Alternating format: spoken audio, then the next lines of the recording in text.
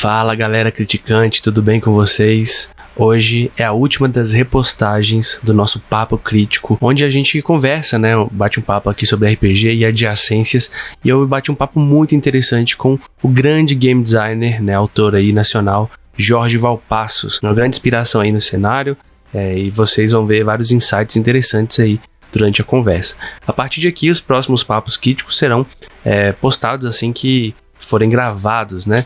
Então, se você conhece alguém interessante de sugestão, deixe aí pra gente chamar pra bater um papo aqui no Papo Crítico, no nosso podcast. Antes da gente ir pro episódio mesmo, eu queria lembrar vocês que a gente tem um apoia-se do canal, e a partir de R$8, que é o preço aí de um cachorro-quente hoje em dia, você pode ajudar o canal a continuar produzindo conteúdo e trazer muito mais coisas pra vocês, com mais frequência, maior qualidade, melhorar os equipamentos, contratar editores. E se você apoiar, você também recebe benefícios, como acesso ao nosso grupo exclusivo dos apoiadores, onde eu posto os vídeos com antecedência, posto conteúdo exclusivo, chamo a galera pra jogar e muito mais. Caso você não possa apoiar, você pode apoiar divulgando o canal. O boca a boca é a melhor coisa, então indica pra um amigo que não conhece ainda, manda um episódio ou algum conteúdo que você gosta aí.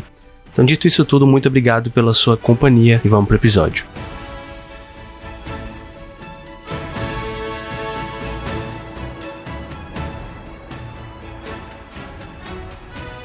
Olá pessoal, boa noite, bem-vindos a mais um Papo Crítico. Eu tô aqui hoje com uma figura ilustríssima, tô muito honrado de estar conversando com ele aqui, é uma honra. Jorge Valpassos, boa noite Jorge, muito obrigado novamente, né, já falei offline, por ceder um pouco do seu tempo aí para conversar com a gente hoje, bater esse Papo Crítico aqui. Boa noite Igor, boa noite a todos que estão nos acompanhando, quem vai poder ver posteriormente também. Está sendo uma honra, um prazer, uma satisfação fazer parte aqui desse bate-papo. Espero que todos tenham nos ouvindo bem e que a gente possa ter uma ótima conversa nessa noite. Beleza. Eu estava explicando para o Jorge aqui, vou explicar de novo, né, para a galera, que quando eu comecei com a ideia do Papo Crítico, né, eu tinha a ideia de meio que direcionar o papo, sabe? Falar assim, hoje vamos falar de mestragem. Só que eu percebi que é muito mais gratificante, às vezes, se a gente deixar a conversa guiar a gente, sabe? Então a gente vai falando, eu vou fazer, lógico, algumas perguntas aqui, mas como se a gente tivesse, sei lá, na mesa de bar, se tivesse antes do RPG começar ou depois da mesa de RPG, batendo aquele papo assim, né? Sobre jogos, sobre a vida de modo geral, né? E como o RPG influencia a nossa vida como um todo, né, Jorge? Para começar assim, né? Vou falar assim de como eu te conheci, né? E aí depois eu queria que você se apresentasse um pouco pra galera aí, que talvez não te conheça, né? Porque assim, eu conheci os RPGs muito jogando no mainstream. Então D&D, Pathfinder, e durante muito tempo fiquei nessa. D&D. E de uns tempos pra cá eu comecei a me aventurar, talvez, buscar coisas diferentes, né? Me aprofundar mais no hobby, né? Testar coisas, mecânicas diferentes. E aí eu pensei, nossa, que tal se eu testar outros sistemas? E comecei a testar outras coisas. E aí comecei a testar outros sistemas mais indie, assim, né? E aí eu comecei a ver, nossa, legal esse sistema aqui, né? Quem será que fez? Aí eu ia ver lá, tinha lá Jorge Valpassos, né? Aí eu li outro sistema, falei, nossa, que inovador essas mecânicas aqui, um negócio pensando completamente diferente do que eu tô acostumado, né? E eu ia ver lá, autoria ou então coautoria, Jorge Valpassos. Eu falei, que isso, cara? O cara tá em todas, produz demais e tem um pensamento, assim, de mecânicas que, na minha opinião, assim, são muito inovadoras, né? Eu confesso para você e confesso para todo mundo, assim, né, que não conheço muito a fundo o seu trabalho. Vou começar, assim, a gente vai poder conversar mais sobre isso agora, porque exatamente eu estou me aprofundando cada vez mais a partir de agora, né? E que legal, cara, tá podendo ter essa oportunidade de conversar com você hoje aqui, para poder tirar o tanto de dúvida que eu tive, né, quando comecei a ler os seus trabalhos e assim, eu ficava pensando, nossa, de onde o cara tirou essa ideia? A gente vai poder conversar isso aqui hoje, né? Então, é uma honra, eu falo novamente aqui, né? Acho que às vezes a gente valoriza demais a galera de fora, né? Uns caras gringos aí. E, cara, tem tanta gente massa, gente foda, né? Desculpa a palavra aí, mas foda mesmo aqui no Brasil. E que não recebe, às vezes, assim, eu não vejo a galera te colocando assim, nesse nível, cara, é gigantesco, galera, é muito, muito foda mesmo o trabalho do cara, tá? Então, sem demagogia, eu sei que a gente começa assim, fica parecendo que é babação de ovo, e é mesmo, tá? Porque merece, tá? Mas queria que você se apresentasse aí, como você, assim, quem que é o Jorge Valpassos, de onde você veio, assim, né, a cidade mesmo, como é que você conheceu o RPG? Conta um pouco disso pra gente, né, pra gente saber um pouco do seu background, dessa história aí. Beleza. Nossa, eu já tô aqui meio sem graça depois das palavras tão afetuosas logo no início da live, e aí já fico um pouco sem graça. Então, quem sou eu? Eu sou um carioca, o sotaque não me permite mentir, esse chiado super padrão, sou do Rio de Janeiro, capital. Eu moro no subúrbio do Rio, na Zona Norte, no Complexo do Alemão. E eu faço parte de um coletivo de autores chamado Lampião Game Studio, que ele foi desenvolvido, ele foi criado nos anos 2011, 12, mais ou menos 2013, ele efetivamente saiu do papel. Teve várias formações diferentes e dos membros fundadores se mantém hoje o Jefferson Neves e o Rafael Araújo. Eu entrei posteriormente nesse coletivo, que hoje tem 7 integrantes, né? Então a gente tem diferentes publicações, sejam elas editoriais, a gente tem publicações na editora Pensamento Coletivo, na Chá, na editora AVEC e na editora New Order, né? São 4 editoras que já nos publicaram até agora. Dentro do Lampião Game Studio a gente tem diferentes linhas, tem jogos que tem uma produção independente, que nós mesmos fazemos todo o processo de edição, publicação e distribuição. Esses jogos editoriais, tem jogos também que são totalmente gratuitos, né? E tem muitos jogos que têm produção editorial que tornam-se gratuitos posteriormente, e a gente tem essa meta, né, também de iluminar e aquecer as mesas de jogos. Então a gente tem sim trabalhos que são comerciais, mas a maior parte dos nossos trabalhos são trabalhos que a gente busca viabilizar por ou um preço super acessível ou totalmente gratuito. Quando eu comecei a jogar RPG foi na minha infância, isso eu tô com 37 anos, então foi nos anos 90, primeira metade dos anos 90, que eu comecei a jogar RPG. E eu sempre fico um pouco melindrado de falar isso, pois a gente sabe que os jogos de RPG têm muito essa barreira de entrada para novos jogadores, porque às vezes tem aquele discurso de eu jogo há 30 anos, eu jogo desde quando não tinha livros aqui, e aí aquela pessoa que está começando a jogar fica um pouco ressabiada, e por muitas vezes esse discurso que às vezes pode parecer só de nostalgia, ou de você estar ali honrado, porque você começou a jogar há muito tempo, isso afasta um pouco os novos jogadores, porque dá a entender que a sua experiência de jogo aqui demonstra que você é o melhor jogador. E quando eu comecei a jogar, eu fui numa festa de aniversário de um amigo com pessoas muito mais experientes, eu não tinha a menor ideia do que era RPG. Cheguei lá na festa de aniversário, o pessoal escrevendo na mesa, eu achei que estava fazendo dever da escola, o que é isso aí? O pessoal estava montando um personagem.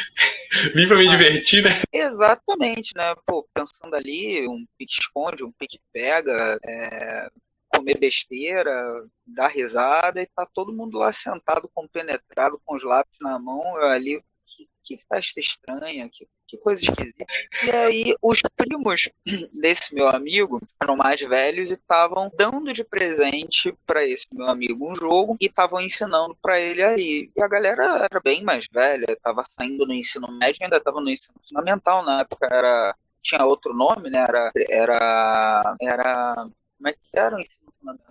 Era ginásio e segundo grau, era primeiro e segundo grau. Eu estava no ginásio e eles já estavam saindo do segundo grau, que hoje é chamado de ensino médio. Aí foi uma coisa bem diferente dessa questão de você tem que ser uma pessoa experiente. Por quê? Porque não teve nenhuma barreira de entrada. Eu cheguei, estava meio deslocado na galera mais velha, aquela idade que se você tem 10 e tem uma galera de 17, a galera de 17 faz bullying e tal, essas coisas, então eu já fiquei totalmente na defensiva, eu já não sei jogar o jogo, tá? Essa galera mais velha aqui, uma galera chegou, foi super aberta, e ali a gente jogou 2 aventuras de 2 jogos totalmente diferentes, foi um jogo de espionagem, com conspirações, e outro jogo de fantasia medieval, e aí eu já achei aquilo ali fantástico. Comecei a jogar com os amigos da escola, inclusive com esse meu amigo e outro que a gente montou, e dali a gente começou a jogar RPG. Para a parte de escrita e de desenvolver sistemas e jogo, já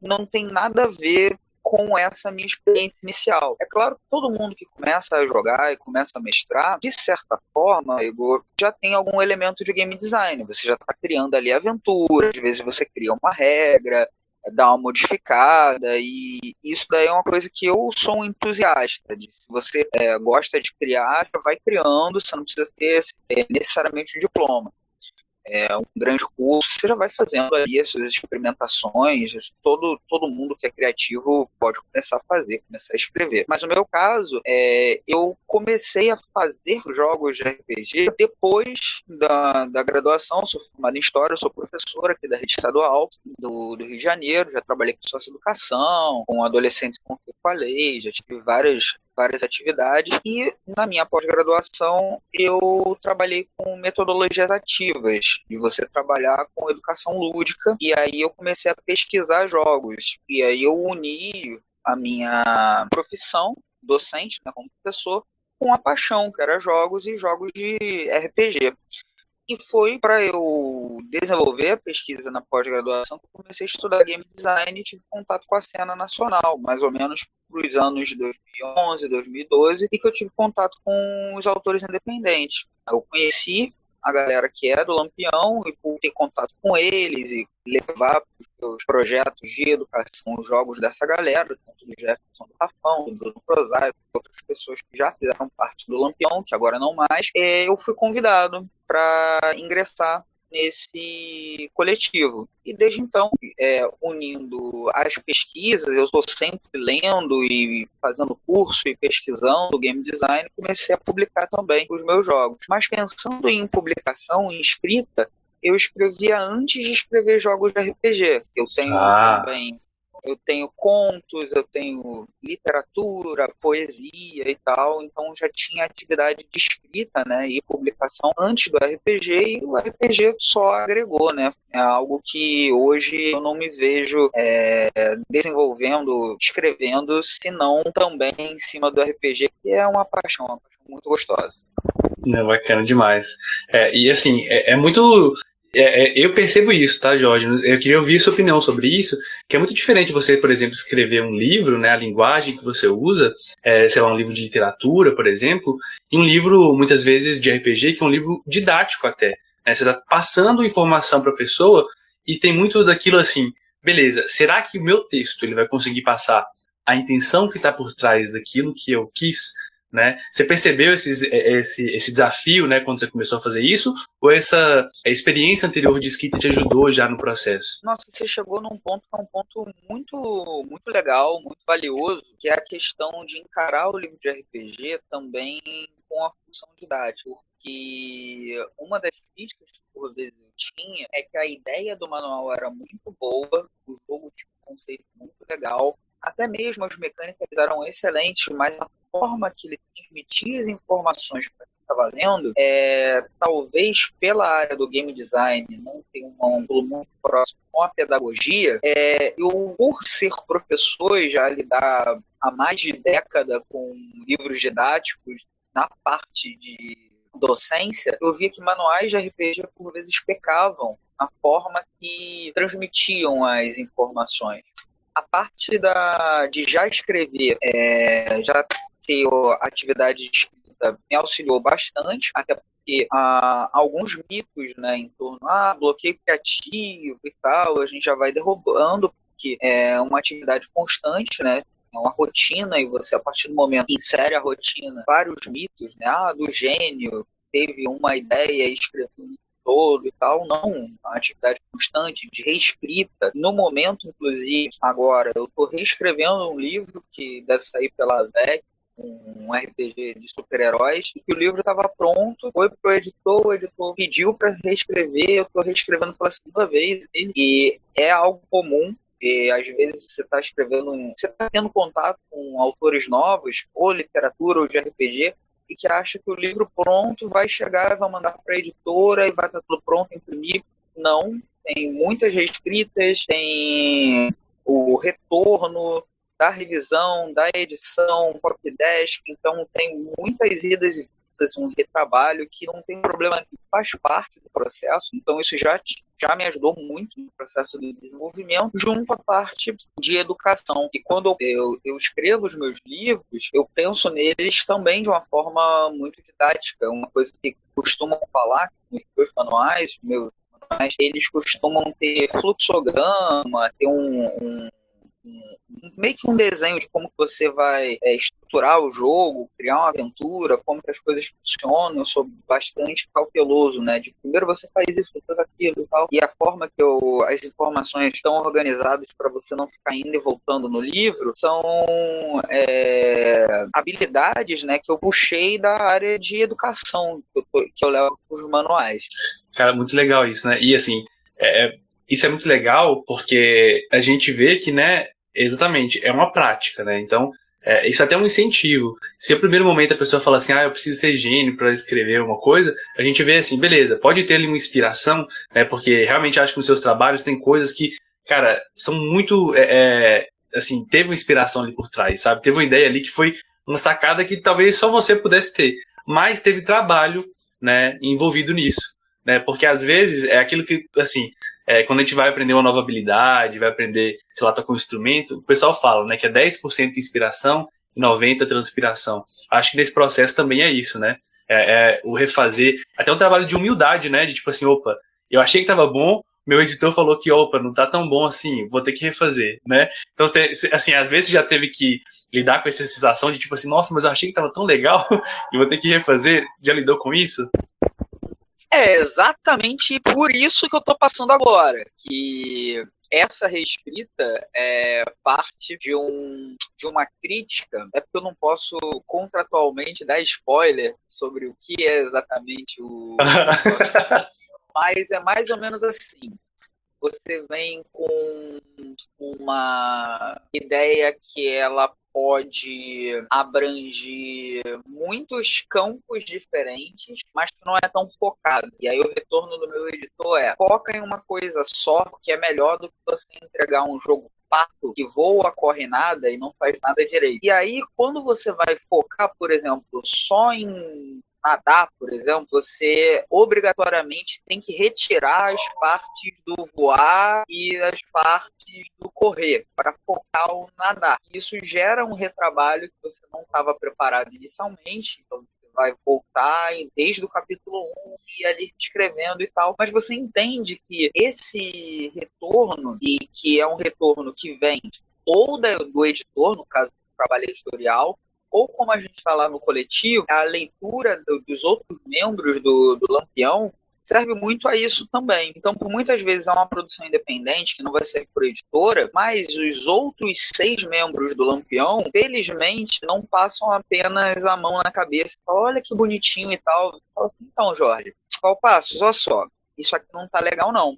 E eu gosto disso. Eu prefiro uma crítica honesta que vai entregar um produto final ali para o meu leitor, para minha leitora, para o meu jogador, para a minha jogadora, do que elogios só para massagear o ego e que no final não vai sair algo bom. Então, acho que isso é muito positivo, né? Eu sempre fico com um pouco de receio quando eu mostro algo a alguém e a pessoa fala, isso está ótimo, está lindo, não tem crítica nenhuma. Porque das duas, uma, ou realmente eu acertei em cheio e a probabilidade disso acontecer é pequena, ou 20 no D20, ou a pessoa nem leu direito e só tá querendo se livrar e tal, então fico assim, caramba, não teve feedback nenhum, nenhuma crítica, nem nada. Aí eu fico meio cauteloso, mas eu acho que faz parte, sim, a reescrita e tem que voltar e fazer. Acho que é parte e é muito bom. É bacana, cara. E assim, eu vejo, né? Não sei se é uma percepção minha, talvez seja uma percepção minha, tá, Jorge? Se eu estiver errado, eu queria que você me corrigisse, talvez. Mas eu consigo perceber, talvez nas mecânicas, do jeito que você coloca nos seus jogos, que tem ali.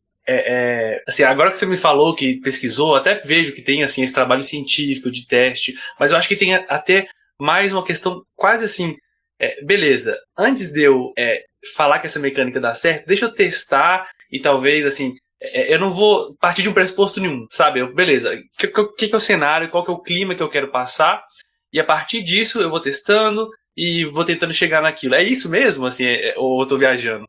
Então, depende um pouco da proposta. Por exemplo, o quão mais disruptivo, o quão mais específico, o quão mais diferente ou vanguardista uma mecânica, uma proposta, um teste aberto, um teste público pode não ser a melhor solução. Explico por quê. Porque quando você vai pensar, trabalhar com um exemplo, vou fazer um jogo de fantasia medieval, por exemplo. Um jogo de fantasia medieval, se eu fizer um playtest aberto, ou se eu fizer uma live stream, algo no sentido, e aí eu já estou dando até um retorno aqui com uma pergunta que está no chat, do Murak. Sim, eu ia fazer. Né? O Murak, ele fez aqui uma pergunta, né? Gostaria de saber se as lives de RPG são a melhor forma para divulgar o meu jogo. Então, tem uma distinção entre divulgar e testar. Se você está buscando testar um jogo e é um jogo que ele já tem algum tipo de apelo e diálogo com a comunidade, por exemplo, um jogo de fantasia medieval, ou que vai lidar com algo que está no repertório dos jogadores. Então, vou dar um exemplo. Vou fazer um jogo que é inspirado em confrontos de ninja, sei lá, Naruto. Não é um jogo oficial de Naruto, porque você não teria como licenciá-lo, mas é uma inspiração. E aí você, durante a live, você obviamente vai explicar, e aí você vai ter um público, que esse público vai poder até te auxiliar poxa, eu quero fazer uma mecânica para ter, sei lá, o jutsu do Shikamaru, tal, do Shikamaru. Pô, que maneiro, a galera do chat dá uma determinada ideia, beleza. Isso vai te ajudar. Agora, se você tiver uma proposta ou de mecânicas ou de cenário que é muito focada, eu considero válido que haja grupos de teste focal que você vai estar setando previamente qual é a sua proposta, qual é o seu objetivo, qual é o seu grupo de controle, para que esse grupo de controle te dê um feedback qualitativo. E é muito mais difícil você fazer um playtest público com feedback qualitativo do que com quantitativo. E aí fazer live stream ou jogar um playtest em PDF aberto, gratuito, para pegar um feedback qualitativo de alguma coisa muito específica não costuma dar muito certo. Uma vez que a gente vai ter uma infinidade de feedbacks diferentes e você pode ficar perdido ou perdida. Então, depende muito da tua proposta de jogo, e eu acho que eu consegui tanto te responder quanto responder aqui o chat. Perfeito, é isso mesmo. Ótimo. Bacana demais. E assim, até linkando com a próxima pergunta que eu ia te fazer aqui, né, eu acho assim, agora que você me contou, né, do seu histórico como historiador, como professor, eu vejo que, assim, na profissão, eu também sou de humanas, né, eu sou da psicologia, né, então, eu vejo assim que tem esse cuidado assim para olhar culturas, para olhar o que é humano que está ali. E eu vejo isso muito presente nos seus jogos, nos que eu pude ler pelo menos, por exemplo, né? Então, eu vou dar um exemplo aqui de Atrup, né? Que é o jogo que, se eu não me engano, ainda tá terminando o financiamento coletivo dele, né?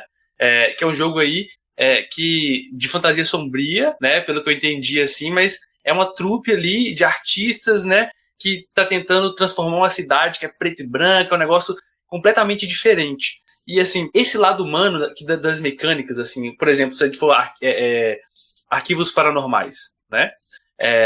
Se você pega ali, eu tenho uma frase lá no início que eu acho genial, que é assim, aqui a gente vê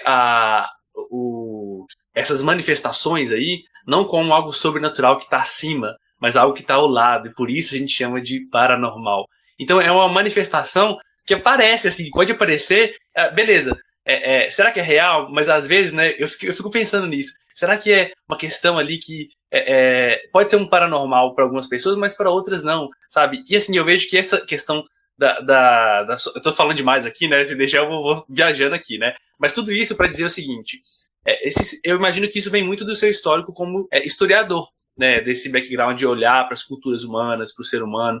E você acha que, por exemplo, emendando na pergunta do Felipe, né, você considera a lore do cenário, né, quando você está montando essas mecânicas do seu game design, por exemplo, para ficar encaixadinho, o quanto que é importante isso, né? Porque hoje em dia a gente vê vertentes separadas, né?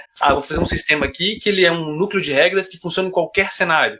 E outra vertente também que é o seguinte, olha, esse é um cenário que funciona com qualquer regra. E também tem a do meio, né? Que, olha, essas regras só funcionam nesse cenário específico porque elas são moldadas para isso. Qual que é a sua visão sobre isso, né? Então, vi que tem uma galera que chegou, então dá aí uma boa noite. Vi aqui a chegada do Peregrino, seu lindo também. Boa noite para todo mundo.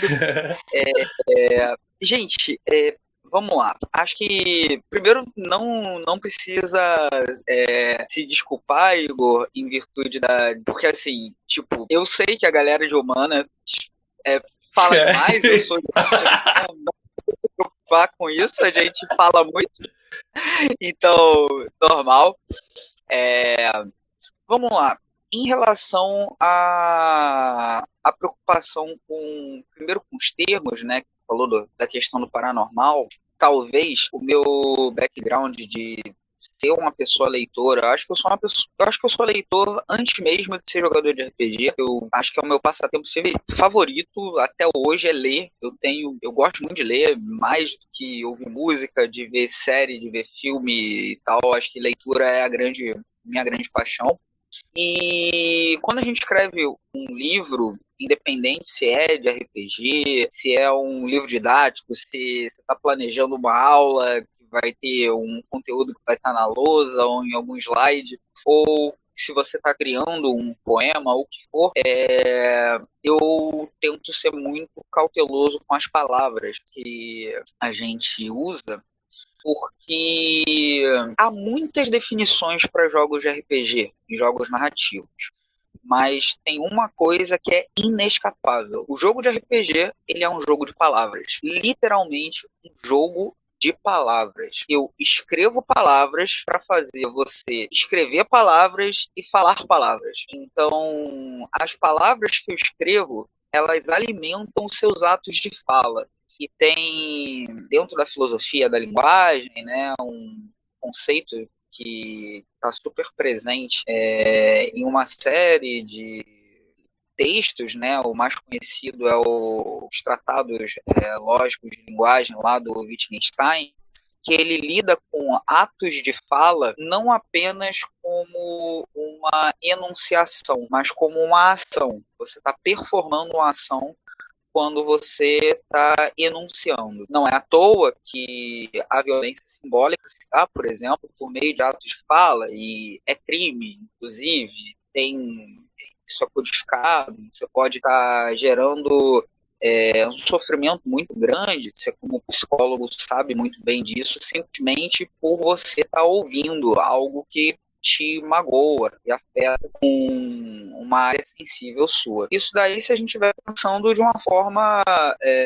negativa, né? Mas a gente pode também, por meio de um ato de fala, você está salvando a vida de alguém, você está construindo um afeto, está começando, você se declara para alguém e começa ali um relacionamento e você pode estar dando o primeiro passo para sua mudança de vida através de uma fala. Então, eu me sinto uma pessoa bastante responsável quando eu escrevo um manual de RPG na escolha dessas palavras. E não apenas dessas palavras, mas do convite que essas palavras vão fazer para você se expressar. Então, acho que isso ajuda a responder a questão de algumas frases que às vezes aparecem como aforismos nos meus livros. Por exemplo, às vezes uma frase ela é tão significativa que ela é apenas um parágrafo a uma frase. Eu ponho simplesmente uma frase assim solta para ela ter um impacto, que o jogo é muito sobre aquilo. Agora, sobre a questão do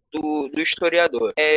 Ser historiador e professor me faz ter uma visão que ela busca uma certa coerência, né, do sistema de regras com os cenários. Só que eu busco não cair na armadilha da profecia autorrealizada, que é, justamente por ser historiador, colocar algum tipo de tema, algum tipo de cenário, que por eu já conhecer como aquilo se desenvolveu, eu removo a agência do jogador. E que por muitas vezes, quando se tem um apreço muito grande pelo cenário do jogo, você tem quase que eventos inescapáveis.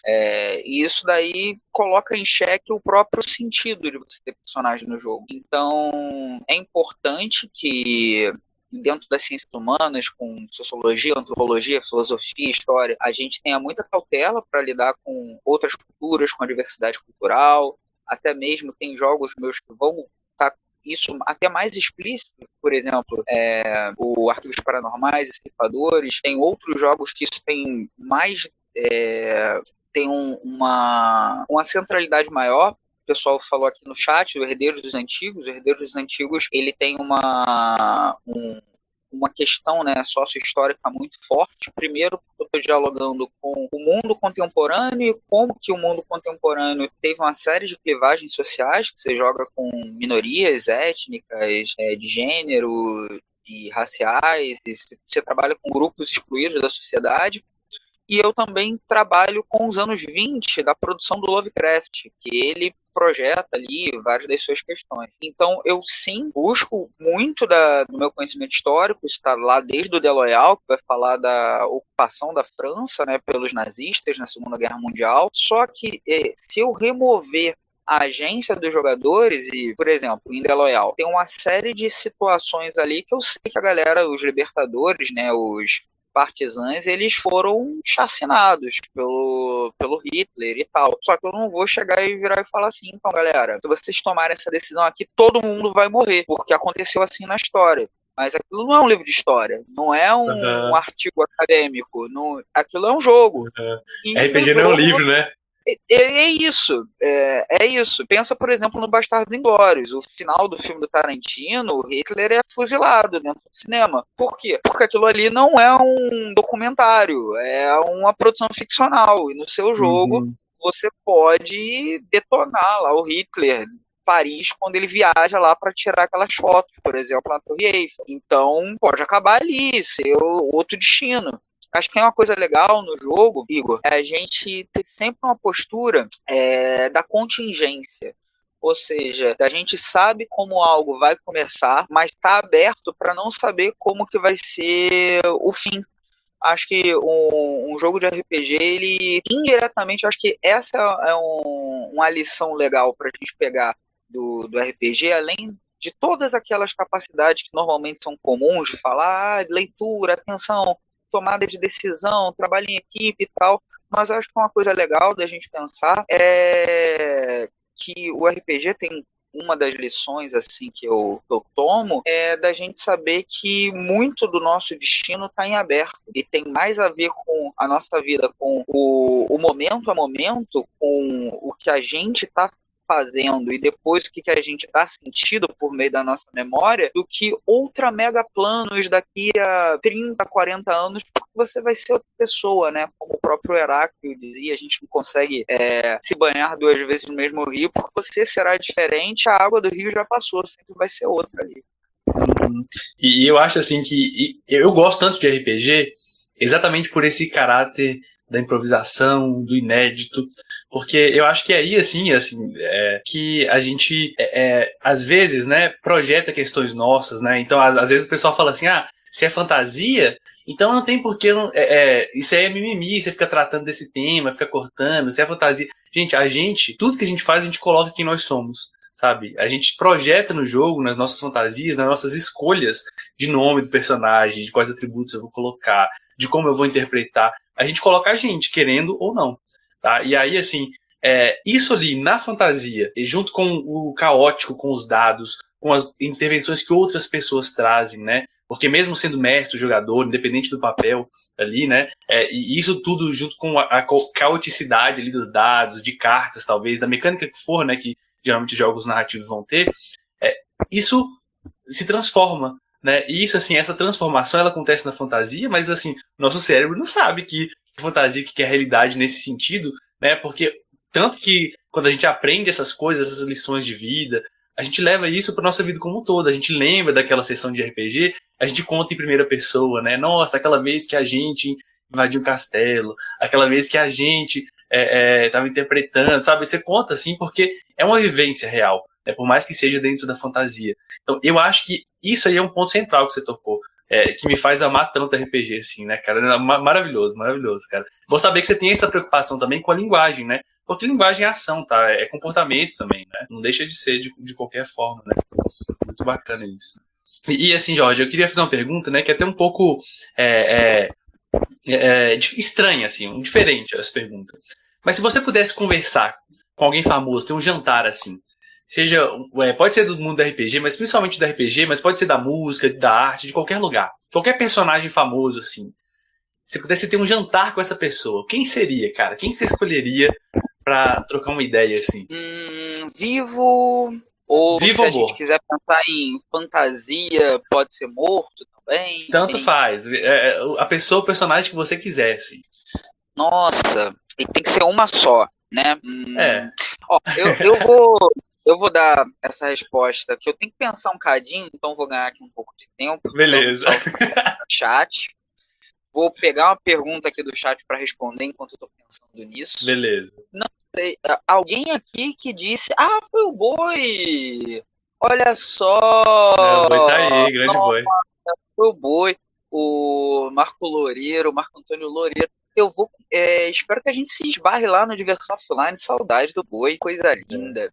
O Então, Muraki perguntou. Ele tem uma pergunta aqui. deixa eu Era essa responder. Era essa mesmo, olha só.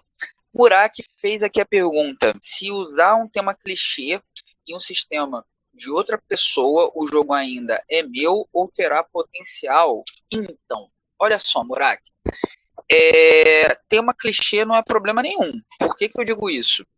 Porque a galera da faculdade de História, né, e depois na pós, a gente tinha uma brincadeira, né, que tipo, o original é Gilgamesh, o resto é tudo é cópia, né? Se a gente estiver pensando em heroísmo, a gente tem que pensar lá, coloca o Homero, o Virgílio, a epopeia de Gilgamesh e vai, o resto tudo é só continuação, né? E essa semana ainda emendei outra, né? Que a Eneida do Virgílio é basicamente uma fanfic da Ilíada, né? Então, fanfic, ele continuou lá a história, ele fez uma fanfic. A fic dele é o épico romano Pior lá, que a é, né? Eneida do Virgílio. E se, olha que coisa maluca, se for pensar em clichê, hein? Se a Eneida do Virgílio é fic, é fanfic lá da comunidade, né, de Aedos, né, que a gente dá o nome de Homero, o Camões com Lusíadas é fic da fic, é fanfic da fanfic. Então não tem problema nenhum de clichê. Então, É isso. Não, sério, é legal a gente pensar que o clichê necessariamente não é algo ruim. Primeiro que a gente não cria nada no éter. Nós temos as nossas inspirações e um jogo que tem um clichê e que seja coeso, que seja interessante, instigante, ele vai ser um bom jogo. A gente está pensando em jogos, por exemplo, fantasia medieval. Quantos jogos de fantasia medieval existem e vão continuar sendo publicados? Assim, meio que da nova geração, a gente pode pensar aí no Dragon Age, Fantasy Age, que são lá do mesmo sistema. A gente tem o Dungeons and Dragons, tem o Pathfinder, tem o Forbidden Lands, tem todos os jogos da cena mais old school.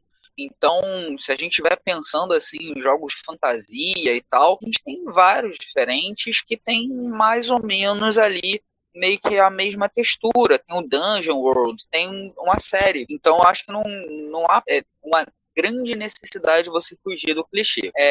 A questão às vezes a forma que você vai abordar vai ter um tempero especial, vai ter um twist, vai ter algum ponto que seja bem específico. Isso é uma coisa legal de se pensar. Por exemplo, você pode ter um jogo de fantasia medieval, eu tô com um projeto de jogo de fantasia medieval, só que as mecânicas deles são bem diferentes. Então você vai conseguir construir o seu guerreiro, a sua elfa, você vai conseguir fazer lá uma conjuradora, você vai ter missões de resgate, de luta contra monstros, mas como você vai jogar vai ser diferente. Você não vai estar jogando dados, vai ser um outro jeito de jogar. Isso é bacana, isso é legal. Então, é interessante, né?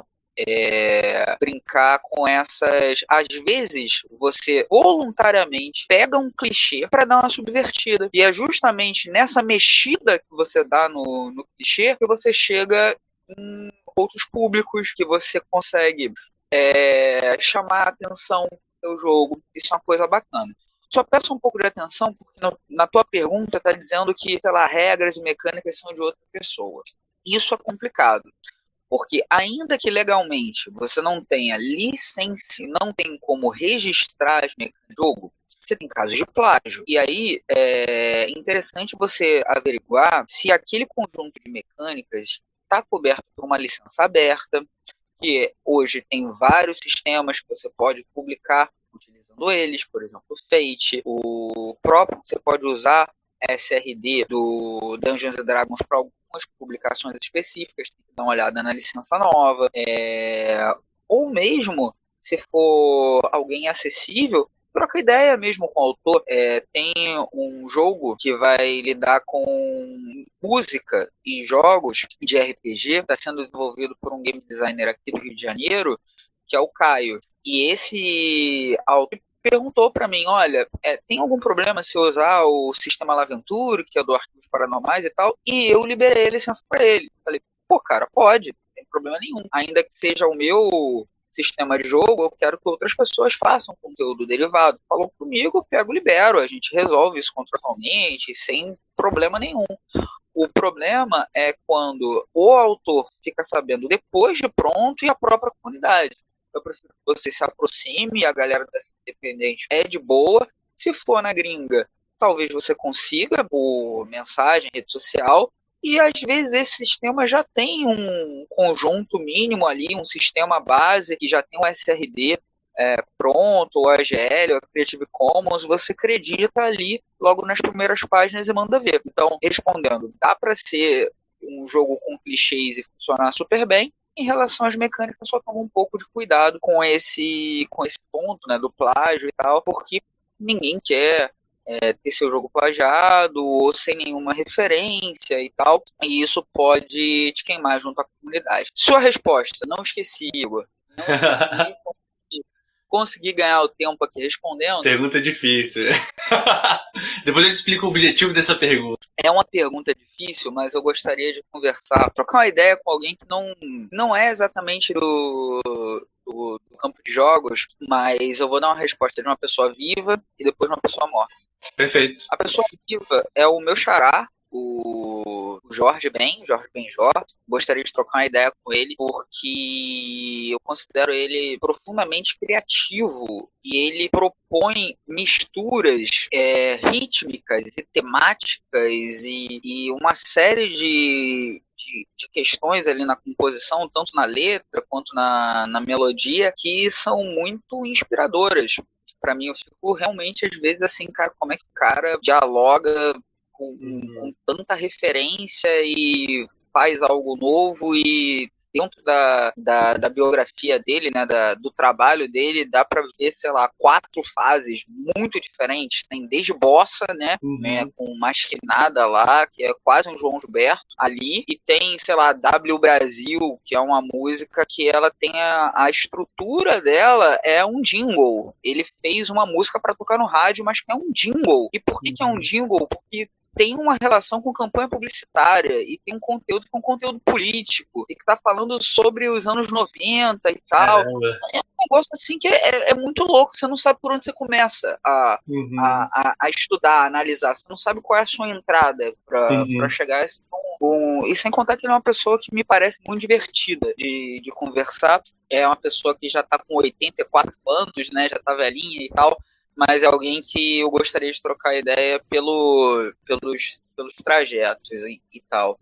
Uma pessoa morta e que eu gostaria de trocar ideia também, mais pelo campo criativo e tal, é o Hélio Oiticica. Esse artista plástico aqui do Rio de Janeiro, ele trabalhou com a Lígia Clark e tal, no Centro Cultural aqui no Rio de Janeiro, Hélio Oiticica, e ele está dentro de um momento da história da arte que ele está questionando a arte contemplativa. Ele fazia as suas propostas, suas instalações como artes participativas, né? Você não tem um objeto estético para ser contemplado, mas a arte ela só se completa quando você veste a peça, quando você interage com ela, quando você entra nela e faz projeto e tal. E se a gente for pensar de uma forma metaforicamente, né, o trabalho do escritor de RPG é muito semelhante, porque o livro dele, ele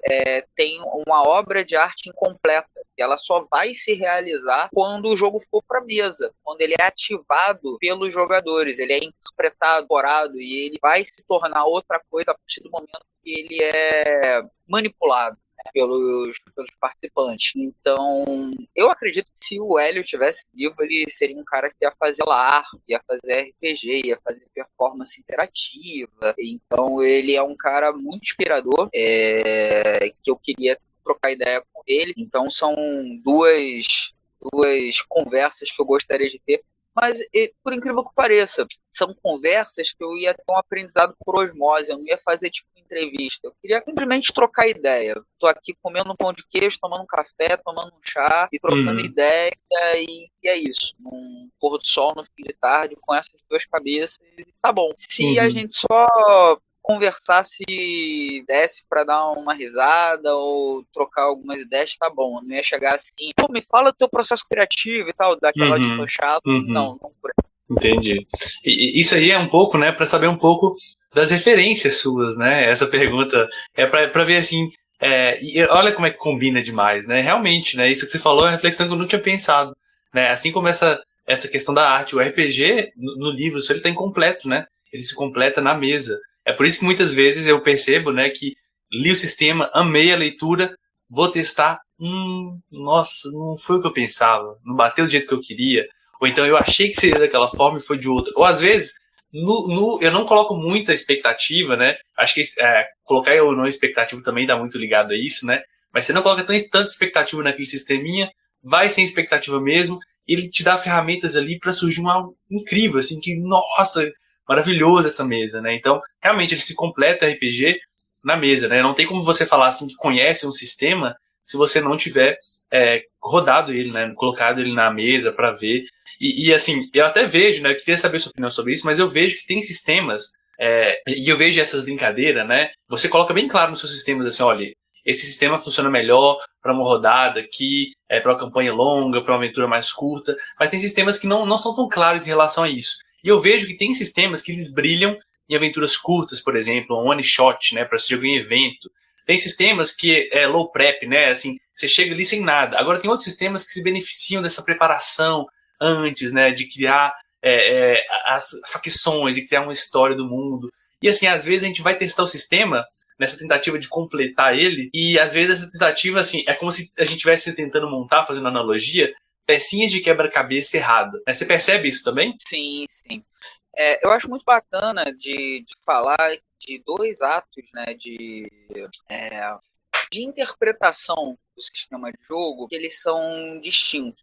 Um é a leitura e outro é quando você joga. Durante muito tempo, eu ainda vejo que em parte da cena independente, atores de jogos que têm uma pegada um pouco mais narrativista, né? Algumas pessoas costumam definir assim, tem uma crítica muito grande ao manual do jogo, que é muito extenso, que tem muita lore de cenário, e que valorizam muito o jogo, o jogar para ver o que acontece, de não ter uma grande aventura, um grande roteiro, um grande cenário. Eu tenho uma visão um pouco distinta de que um jogo é inerentemente bom ou inerentemente ruim pela quantidade de lore, de história, de cenário, de preparação prévia que ele propõe.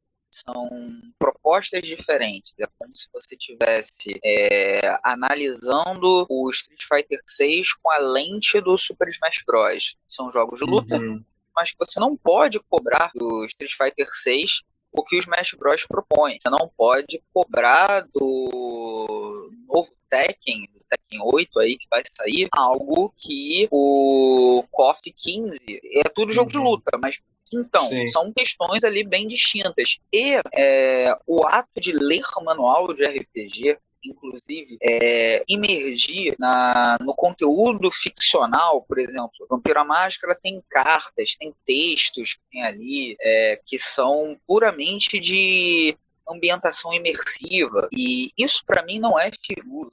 Isso é parte da fruição.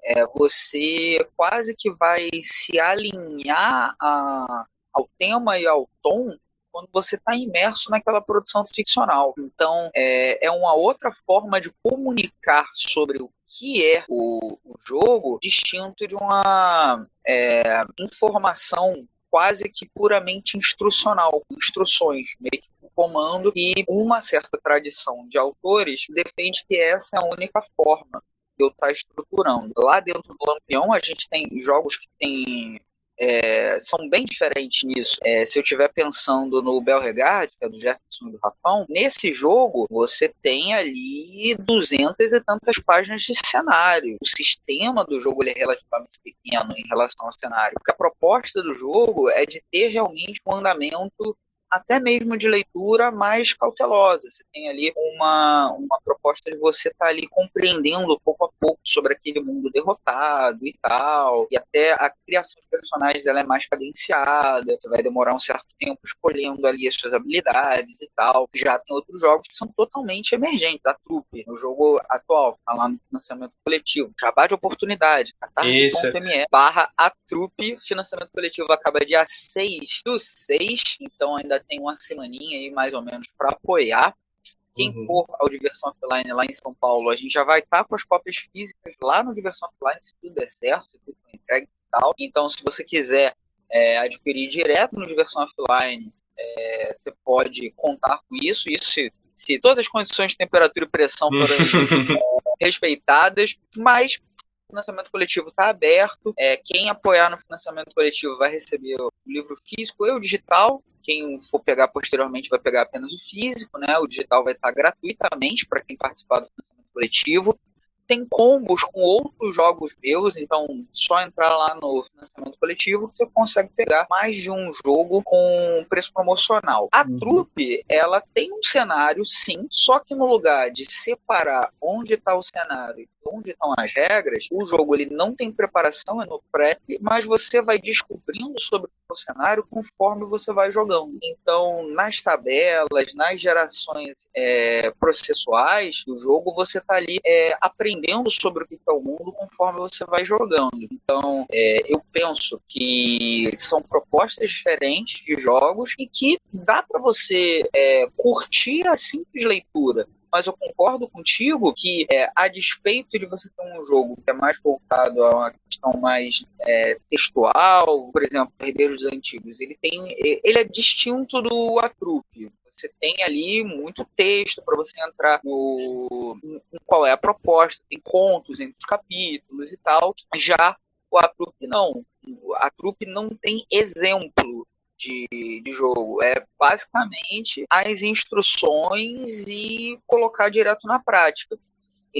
A Trupe ele quase que foi escrito para você pegar ele com um grupo ali e já tá virando a página e já jogando, sem ter lendo pela primeira vez já tá jogando, porque são propostas diferentes. Em relação ao que você falou e até uma crítica, eu acho que a gente precisa utilizar cada vez mais em jogos de RPG terminologias e classificações que são presentes em outros jogos analógicos, outros jogos de tabuleiro. Eu vejo que é muito incomum ter não apenas o selo de classificação etária, mas número de jogadores, o tempo médio de cada partida, o tempo de engajamento, são muito comuns nos meus jogos, sabe? E quando board game todos têm. Todos os board games têm. Então, eu acho que isso é uma coisa importante, que você tá ali, inclusive nas regras do jogo, apresentando, isso aqui é melhor em um one shot, isso aqui funciona como um party game, isso aqui é bom para grandes campanhas, sabe? Porque não tem algo mais ruim para quem está levando um jogo para a mesa e não tem essa orientação prévia, se frustrar por não ter uma informação básica sobre a dinâmica. Por exemplo, se eu tenho um jogo que você vai demorar mais de meia hora para criar a ficha do personagem, eu digo e coloco no manual. Galera, aqui a gente vai ter um tempo, tem que ter ou combinar previamente, cada um vai fazer a sua própria ficha, ou vai ter uma primeira reunião. A primeira reunião vai ser para montar ali os personagens. Eu busco colocar isso no jogo quando não é algo muito simples. E não acho que todo jogo tem que ser montar a ficha de personagem super rápido? Primeiro, que tem jogadores que gostam da ideia de você customizar, fazer devagar. Segundo, que tem propostas de jogo que depreendem um personagem que tem mais background, que tem mais minúcias na sua criação de personagem. E tudo bem, você tem que ir adequando ao teu projeto. Não é criar um jeito ou um sistema pasteurizado que vai funcionar para tudo. Depende de cada projeto. Bacana. Jorge, assim, para não tomar tanto tempo também, tá? Vou te fazer um último questionamento aí pra gente já encerrando, né?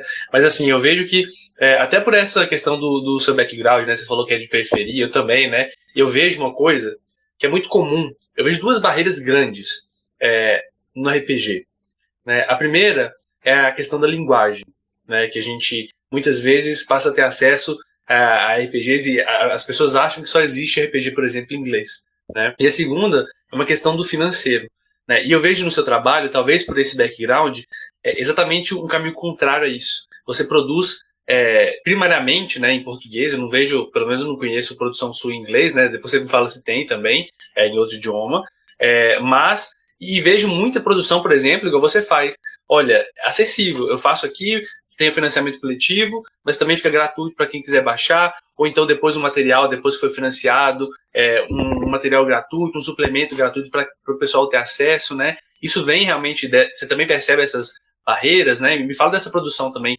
internacional, se realmente nunca tive vontade, ou não tenho vontade, como é que funciona isso para você? Então, escrever RPG é uma forma de me expressar. Tenho algum trabalho com fotografia autoral, tenho poesia, tem conto, mas eu me expresso. É uma forma de eu colocar para fora as minhas dúvidas, os desejos, as minhas caraminholas por meio dos jogos. E aí eu quase filosoficamente, eu convido as pessoas que estão jogando a partilhar desses meus atravessamentos. E acredite, não é só coisa triste, não. Tem coisas divertidas. O próprio Amores da Caju é um convite para a gente amar junto, amar de forma plural. Então, É Legião mesmo, Legião delas tem o Super Sentai, né? tem. É super de humor, de comédia, que isso, bacana demais. E então, escrever para mim tem esse sentido. Se escrever para mim tem esse sentido, quanto mais pessoas estiverem tendo acesso, para mim é melhor. Significa que eu estou conversando com mais pessoas. Felizmente, eu não vivo exclusivamente do RPG. Ele hoje é uma fonte de renda boa para mim, mas eu tenho um emprego e esse outro emprego permite também que eu consiga fazer esses jogos de uma forma mais aberta e acessível. Então, eu rodo jogos independentes e depois, se eles são pagos, né, com a venda, eu não busco ter o lucro. Ele acontece, eu não vou dizer que eu estou mal financeiramente em virtude do RPG, tanto os independentes quanto a publicação editorial, mas eu me considero um pouco privilegiado no sentido de eu conseguir trabalhar de uma forma tranquila, sem ser extenuante, nas minhas duas profissões principais, que é design de jogos e professor. Em relação a essa proposta, né, de fazer os jogos acessíveis e ser uma pessoa de periferia e não ter publicação em inglês, o Lampião tem publicações em inglês, eu não tenho. E nada me impede de fazer. Só que eu vejo o mundo por meio de uma janela aqui do alemão. Isso significa que a minha forma de me expressar é em língua portuguesa. A primeira vez, né, que eu pensar em um determinado tema é por meio desse lugar. Então você poderia traduzir posteriormente. Poderia. Eu até conseguiria o espanhol, o inglês, o francês com alguma facilidade. Só que tem a questão de braço. Ou eu contrato alguém para traduzir, ou eu deixaria os projetos que estão em curso, o que eu estou fazendo, o que estou pesquisando, o que está em financiamento coletivo, para parar e começar a traduzir. Eu não digo que isso não vai acontecer, futuramente, eu acho que é legal, até o pessoal que já está no mercado falou, cara, esse jogo, ele tem, se ele tivesse na gringa, se tivesse em inglês, ele seria totalmente disruptivo, já falaram isso sobre os ceifadores, já falaram sobre lições, falaram sobre herdeiros, só que são jogos de fôlego, né? Uma coisa é você traduzir e diagramar e publicar 20 páginas, outra coisa são 370, era uma coisa um pouco complicada. Então, ideologicamente, não vejo como uma barreira publicar em outros idiomas, talvez em espanhol até antes do inglês, que eu acho que a comunidade latino-americana ela é muito anglo e a gente publica poucas coisas em espanhol e tem uma comunidade bem forte. Outro um argumento que eu não achei muito legal, que é mas o cara que é do México ou da Argentina, ele já consome inglês, e se você botar em inglês, você mata ele de uma paulada só. Eu falei, mas eu gosto tanto de coelho, eles vão matar ele não. Aí a pessoa não entendeu, eu tava zoando, mas e a gente é colonizado, nosso vizinho é colonizado, a nossa solução é continuar colonizado, mas algum se for fazer algo tá no idioma que tá ali do lado, sabe? Eu acho Bacana.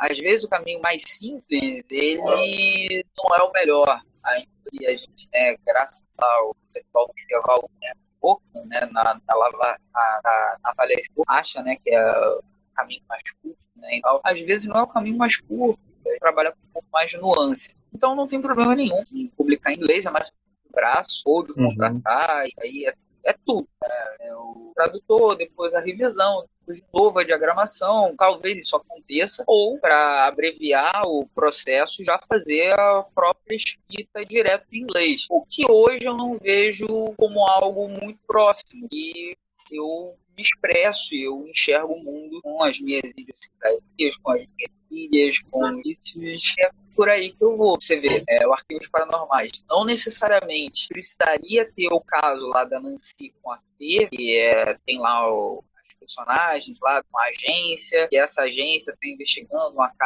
caso aí de xenomorfos, traficantes de drogas e tal. Só que essa história da Nancy com a Fê, dos xenomorfos, traficantes de drogas, é uma padaria ali, que é a padaria Brum, que é a padaria da rua onde eu moro. Todos os meus jogos têm coisas que tem literalmente com a minha rotina. A explosão lá da fábrica de café, que tem no final do ponto do Arquivos Paranormais dessa agência, é do Café Capital, que é aqui perto de casa. Então, são essas referências que eu levo, né, pro meu jogo. Então, talvez vá acontecer sim, jogos em outro idioma. Por enquanto, não, mas não tem um impedimento, não. Sua porta não tá fechada. É isso aí. Jorge, queria agradecer imensamente. Eu acho que a gente respondeu todo mundo aqui no chat, pelo que eu estava vendo, né? Só conferir aqui, mas acho que sim. Queria agradecer imensamente, novamente, né, pelo seu tempo aí, né, por vir falar aqui. Você ia falar? Sim, só porque tem uma pergunta que eu não respondi. Sim, foi. Agora, que é como eu faço para começar a trabalhar com RPG. Isso. Olha, essa pergunta é uma pergunta muito boa. Acredito que as pessoas que possam estar vendo posteriormente pode ter essa mesma dúvida. Eu já estou no mercado há uns 11 anos, mais ou menos. Já tenho, por uma editora só, que é a VEC, 4 livros, tenho 2 pela editora Chá, então já tenho alguma experiência no mercado. E, por incrível que pareça, o caminho que eu considero mais saudável não é de cara uma publicação editorial, porque se a gente estiver pensando mesmo de uma forma corporativa, o editor, o dono da editora, ele vai buscar uma aposta que tenha um retorno em lucro para ele. Então, é mais comum que ele busque autores consolidados ou para trabalhar com a propriedade intelectual que já é conhecida. Então, a sugestão que eu tenho para quem está trabalhando com jogos, para quem deseja trabalhar com jogos independentes, é se fazer visto na comunidade. De que forma? Com publicação de jogos independentes. Esses jogos independentes, eles podem começar com o uso de marketplaces, que a gente tem o Tavernation, tinha o Dungeons, você pode utilizar o It.io, que é um agregador que é bem utilizado para jogos eletrônicos, a galera da cena independente de jogos de videogame e tal já usa há um tempo, e que a galera do RPG tem usado cada vez mais. Você pode também colocar jogos gratuitos, e aí, poxa, mas eu não sei como fazer e tal. Gente, um perfil do Instagram, você já pode começar a estar ali produzindo seu conteúdo e ser cada vez mais entrar em eventos que sejam eventos de divulgação do hobby, como a RPG Con, que acabou no último final de semana, que estava aberto para a galera indie, e começar a dialogar com a cena independente. Porque a cena independente, ela se apoia bastante. Então, eu sou um consumidor, um leitor, um jogador de jogos de RPG nacionais já tem muito tempo. Então, quando você começa a jogar e a interagir, seguir a galera que é autor, e quando você começa a mostrar também o seu trabalho, você vai ter compartilhamento da galera da própria cena, buscar canais de produção de conteúdo, por exemplo, dados críticos. E tem outros também, você manda material para a galera dar uma olhada e resenhar e divulgar. Tem canais na Twitch e no YouTube que você tem como mestrar, e ali esses canais já funcionam como divulgação. Tem uma série de canais que fazem isso. Eu recomendo dar uma olhadinha no canal Flecha Mágica, que é um canal que sempre apoia. Aqui, bom demais. E Renata e o Guilherme. Renata, sim. Então, são pessoas que sempre apoiam quem está autor independente, eles abrem as portas para você ir lá, eles estão, fazem partidas, comentam. Então, eu dei o exemplo deles, mas tem muitos outros canais que fazem o mesmo. E aí a minha sugestão é começar com essa publicação independente, que a publicação independente vai te dar portfólio e visibilidade, e posteriormente você pode submeter para as editoras. Um outro caminho, que é um caminho bem legal, é ficar atento ou atenta a Game Jams, que são desafios de design e tal, para você fazer jogos, e ali você também tem visibilidade. E por fim, que é o caminho que é menos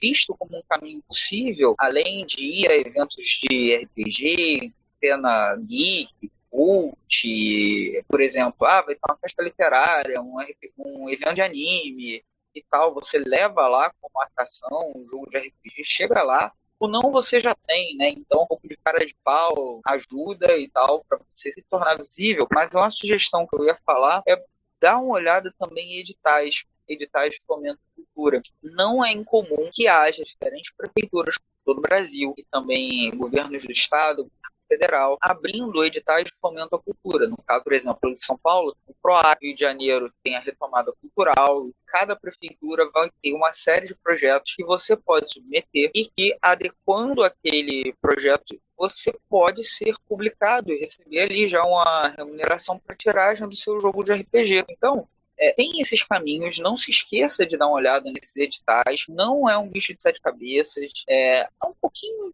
chato de você seguir as regras do edital, mas é quase uma receita de bolo para você seguir, mas é bacana também, porque a galera do quadrinho, a galera da literatura, a galera da poesia já tem essa tradição de buscar esses projetos de ocupação de espaço cultural e de publicação, e está na hora do RPG também ocupar esses espaços, porque se a gente parar para pensar, a gente valoriza o que a gente ama como uma expressão cultural, e a gente paga impostos, e é uma expressão cultural, a gente paga impostos, é um imposto sendo convertido em cultura com o que a gente ama. Olha que coisa bacana. Então, utilizar esses editais de fomento à cultura é um caminho bacana também para quem está querendo ser publicado com jogos de RPG e seus derivados também. E é isso. Perfeito.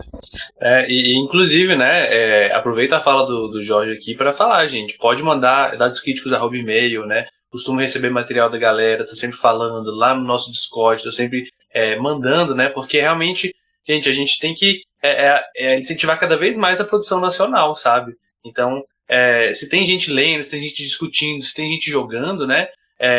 Vai ter cada vez mais gente produzindo, né? Porque vai dando ideias. Ontem, por exemplo, ontem eu tive um papo com o Rafão Araújo e com o Diego Bacinello sobre o Breu, né? Saiu um papo bacana demais do sistema deles, né? Que tá em financiamento coletivo também. E é um sistema incrível que tá saindo. Então, E parceria com a Lampião Game Studio também, né, Jorge? Muito bacana.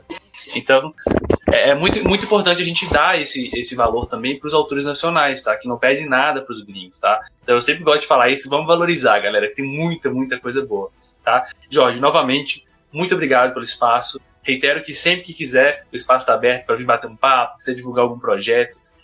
Então o canal tá aberto. Quem quiser vir jogar e mestrar também, o convite tá feito, tá? Então vamos jogar juntos, vamos jogar RPG e levar RPG para cada vez mais gente, tá? Obrigado a todo mundo que tá aqui, gente. Uma coisa mais preciosa que a gente tem na vida, nosso tempo. Eu agradeço de coração vocês estarem doando um pouco do seu tempo aqui, né?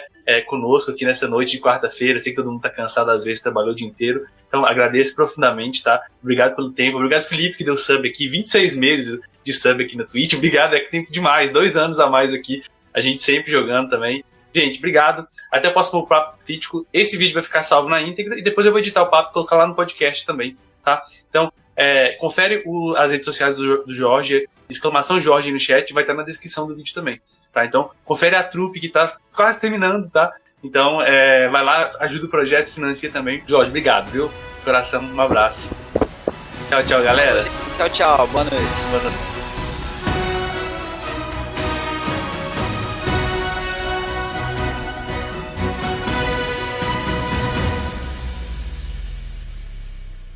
Este podcast foi editado pelo Dados Críticos.